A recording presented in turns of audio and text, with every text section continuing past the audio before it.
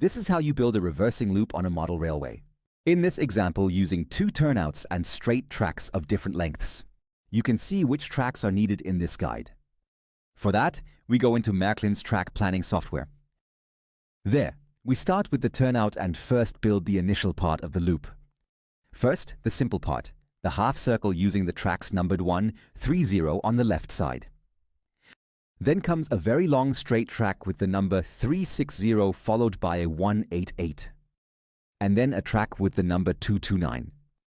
Next, we continue with the half circle on the right side, then the same turnout as before, but this time rotated. And again comes the longest straight track, number 360, followed by a straight track with the number 188 and another track with the number 229. Then we've gone all the way around.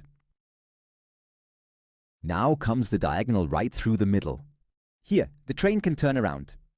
For that, we add a curve with radius 2 at the top, a straight track with the number 172 and a short track with the number 094. This could also be, for example, a decoupling track or a switching track. And then once again, the track 172. And finally the curve with radius 2, the track with the number 230. This track layout with a reversing loop is now complete. With Märklin, the reversing loop is so much easier. That's because of the center conductor.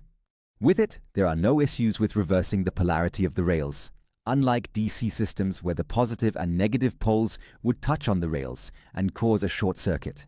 Have fun recreating it.